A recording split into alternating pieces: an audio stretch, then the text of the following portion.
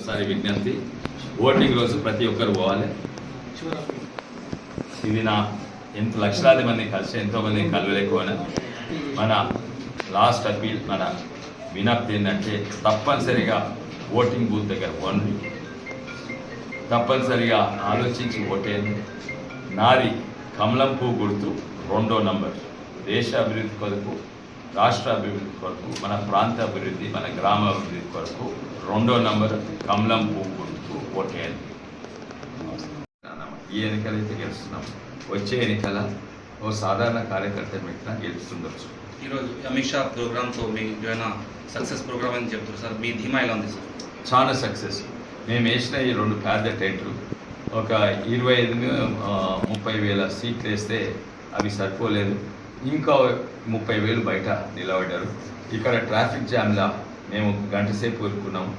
ఇక్కడ SCP college ముందు మేమే కాక ఇంకెంతోమంది ఇరుక్కున్నారు. ఆ ఇబ్బందులకు మేము క్షమాపణ అడుగుతున్నాం. ఎందుకు కొంతమంది ప్రజలకు చాలా 2-3 గంటలు వెయిట్ చేయవలసి వచ్చింది.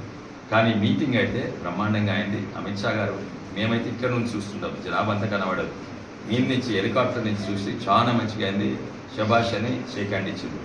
అండ్ నిన్న మోడీ కూడా చాలా మంచిగా అయింది. ఆ భాషను కూడా క్లారిఫై చేసిండ్రు. రిజర్వేషన్స్ ఇష్యూ మీద, పాకిస్తాన్ మీద, జాతీయ అంశాల మీద, మన రాష్ట్ర అంశాల మీద, మన వికారాబాద్ అంశాల మీద, బుల్లెట్ ట్రైన్ గురించి మాట్లాడిండ్రు. ఎంఎంటీఎస్ నేను కొట్లాడిన తప్పనిసరి తీసుకొస్తా అన్నాడు.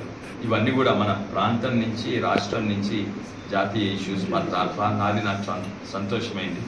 ఇంకోటి అనంతగిరి గుట్టకు, ఈ ఏరియాకు మేము డెవలప్ చేస్తా అన్నాం. 100 కోట్లు ఆల్రెడీ ఇచ్చిండ్రు. అండ్ చిలుకూరు అక్కడ కూడా మేము దేవునికి ప్రార్థిస్తాము, డెవలప్ చేస్తామన్నారు.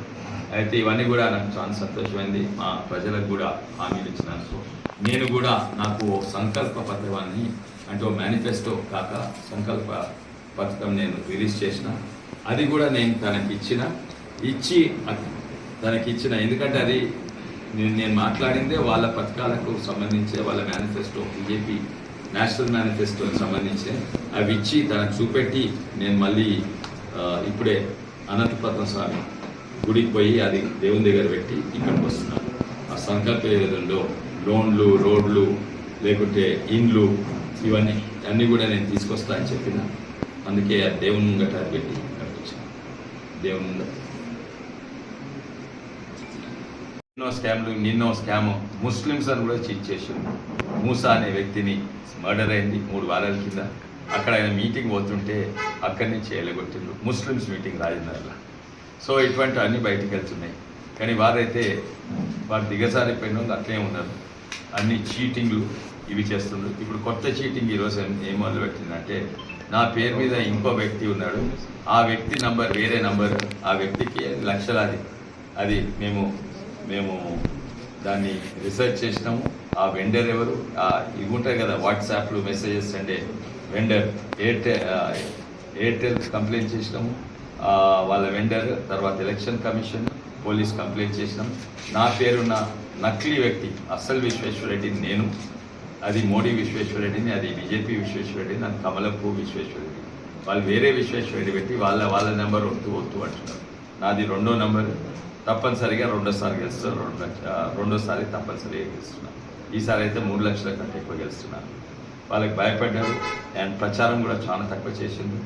వాళ్ళకు బూత్ వాళ్ళు ఏడుస్తున్నారు. వాళ్ళకు బూత్ ఫండ్స్ తిండికి దొరకలేవని, కాంగ్రెస్ వాళ్ళకు కింద అందుతలేవని బూత్లకు. మా వాళ్ళేమో మంచిగా వాతావరణం చల్లగైంది, వాళ్ళ మనసు కూడా చల్లగా వాళ్ళు ఎలక్షన్ క్యాంపెయినింగ్ చేస్తుంటారు. మా ఎలక్షన్ క్యాంపెయినింగ్ తెల్లవారుసాములు అవుతుంది, వాళ్ళది రాత్రి ప్రయత్నం చేస్తుంది కదా, ఆ రాత్రి చేసేది కూడా ఫెయిల్ అవుతున్నారు. అందుకే నేను అనుకుంటున్నా వాళ్ళు చేతులు ఎత్తేసిందేమో అనుకుంటున్నాను. ఇప్పుడు ఏదో మీటింగ్ ఉన్నట్టుంది, దాన్ని ఎట్లయితుందో తెలియదు. కానీ ఇంతకు ముందున్న రాహుల్ గాంధీ మీటింగ్లు, లేకుంటే మీర్పేట్ మున్సిపాలిటీ, చేవెళ్ళ పార్లమెంట్, అన్నింటిలో పెద్ద మున్సిపాలిటీ జిహెచ్ఎంసీ పట్టుకొడితే 1,00,000 ఓట్లు ఉంటాయి. ఏ రోజైతే ముఖ్యమంత్రి గారు మీర్పేట్కు పోయినరో అదే రోజు 4 కార్పొరేటర్స్ కాంగ్రెస్ కార్పొరేటర్స్ మా దగ్గర జాయిన్ అయ్యారు. ఇంకా 4 బీఆర్ఎస్ కార్పొరేటర్స్ మా దగ్గర జాయిన్ అయ్యారు. మొన్న ఇంకొకరు జాయిన్ అయ్యారు, 9 మంది. ఆ రోజే ముఖ్యమంత్రి గారు మీర్పేట్ పోయింది. అంటే వే ఒకటే చెప్పింది, తప్పనిసరిగా వీళ్ళు ఓన్లీ చీటింగ్ చేసే ఏదో వేరే నకిలీ విశ్వేశ్వరరెడ్డిని పెట్టి అక్కడ ఓట్లు తిప్పుకున్నాడు. కానీ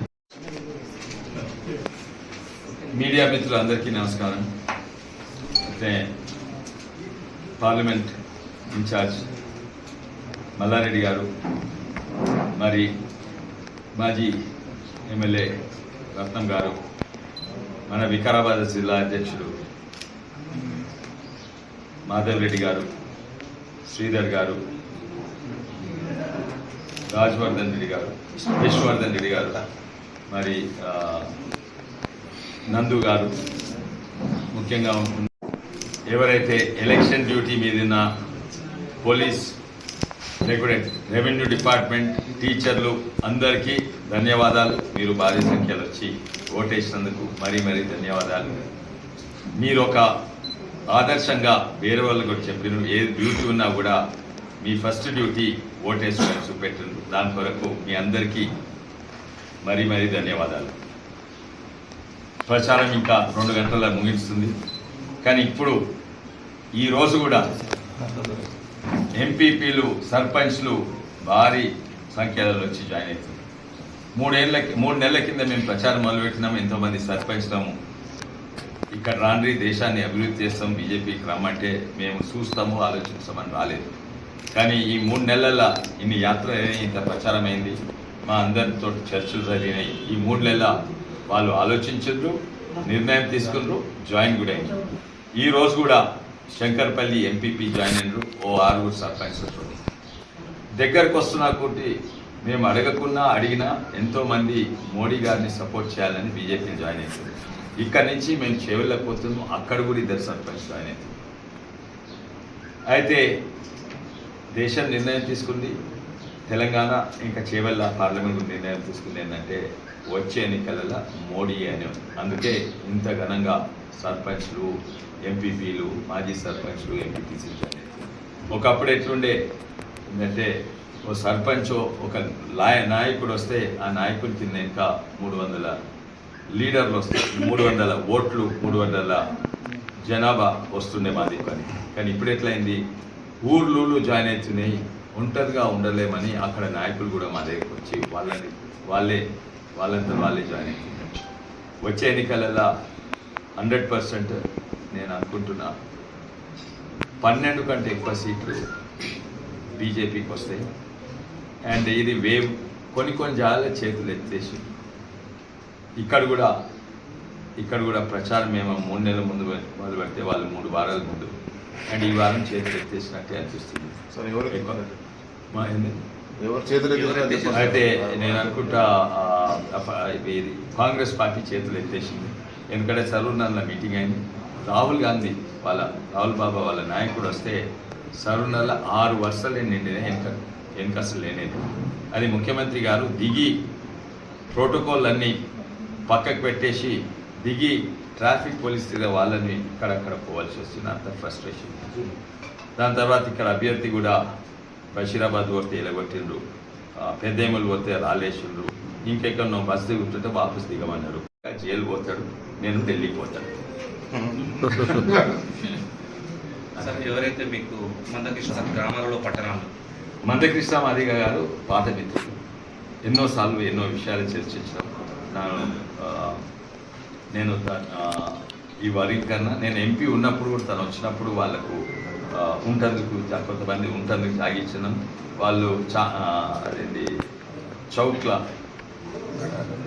అదేం చౌక్, ధర్నా చౌక్ కాదు అది, అక్కడ అయితే జంతర్ మంతర్ దగ్గర వాళ్ళు ప్రొటెస్ట్ చేసేటప్పుడు నేను మద్దతు ఇచ్చిన, మేము పోయి మాట్లాడినాం కూడా. అప్పటిసంది ఏబీసీ వర్గీకరణ గురించి నాకు తెలుసు. తర్వాత చాలా సంతోషము, వారికి మోడీ గారి మీద నమ్మకం ఇచ్చిండు. మోడీ గారు కూడా వారికి అష్యూరెన్స్ ఇచ్చిండు, నేను మీ అంటుంటామని. అప్పటిసరి నాకు పరిచయం, ఇప్పుడు చాలా దగ్గరగా మిత్రులైంది. అండ్ మొన్న వికారాబాద్లో మీటింగ్ అయింది, చాలా స్పందన వచ్చింది. అండ్ అదే కాక వాళ్ళ సొంత ప్రయత్నాలు కాక మాకు కూడా ప్రత్యేకంగా మా ఎలక్షన్స్ కొరకు కూడా ప్రతి మండల ఒక టీం పెట్టిండు. ఆ టీంలు గత 4 నెలల సంది తిరుగుతూ ఉన్నాయి. ఒక్కొక్క వెహికల్ వేసుకొని వాళ్ళ తరఫు నుంచి అది నెలకు ముందే చేస్తున్నారు. అయితే ఆ ఎఫెక్ట్ కూడా మాదిగలందరూ కూడా మా దిక్కు ఓటేస్తున్నారు అన్న నమ్మకం. ఎందుకంటే దాదాపు 70-80% మా దిక్కలు అండ్ మాలలు కూడా ఎస్టోళ్ళు వేస్తున్నారు, ఎందుకంటే ఇది వాళ్ళకి వ్యతిరేకం కాదు. సో ఇంకోటి ఏంటంటే 3 వారాల కింద బీజేపీ పార్టీ అయితే అప్పటిసరి 3 నెలల సంది చేస్తున్నది యాత్రలు, అంతకుముందు బ్యాగ్ వంశుడు, ప్రసాద్ వంశుడు అవన్నీ. కానీ 3 వారాల నుంచి ఇవి కూడా వివిధ మోర్చాలు, ఎస్టీ మోర్చాకి మొదలుపెట్టింది, యువ మోర్చా 300 యువ చౌపాల్స్ అని 300 మీటింగ్ పెట్టింది. చిన్న చిన్న మీటింగ్స్ అన్నమాట, స్ట్రీట్ కార్నర్ మీటింగ్. ప్రతి మండల 20 బైక్లతోటి డైలీ 4 ఊర్ల తిరుగుతున్నాయి. అది బైక్ యాత్రలు మొదలుపెట్టినాయి. తర్వాత ఎస్సీ మోర్చా, అది కూడా సపరేట్గా, అంటే ఎంఆర్పిఎస్ కాక ఎస్సీ మోర్చా తిరుగుతుంది. అదే కాక యువ మోర్చా, మహిళా మోర్చా, ఓబీసీ మోర్చా మీటింగ్లు అయినాయి. కిసాన్ మోర్చా అయిపోయినాయి మీటింగ్. సో బీజేపీ పార్టీ అంటే ఒక ఆర్గనైజేషన్, ఒక స్ట్రక్చర్, ఒక డిసిప్లిన్ ఉన్న పార్టీ. అందుకే బీజేపీలో పనిచేస్తుడు, పార్టీ నిర్మాణం మంచిగా అయితే బీజేపీలో పనిచేస్తుడు హల్కగా, గెలుపు కూడా చాలా హల్కగా. అండ్ ఇప్పుడు పార్టీ నిర్మాణము ప్రతి బూత్ వరకు అయింది. తాండూరు, వికారాబాద్, పరిగి, చేవల్ల ఎక్కడైతే బీజేపీ కొంచెం బలహీనంగా ఉండడం, ఇంతకుముందు అసెంబ్లీలో అన్ని ఓట్లు రాలేదు, ఇప్పుడు పార్టీ నిర్మాణం మొత్తం కూడా అయింది.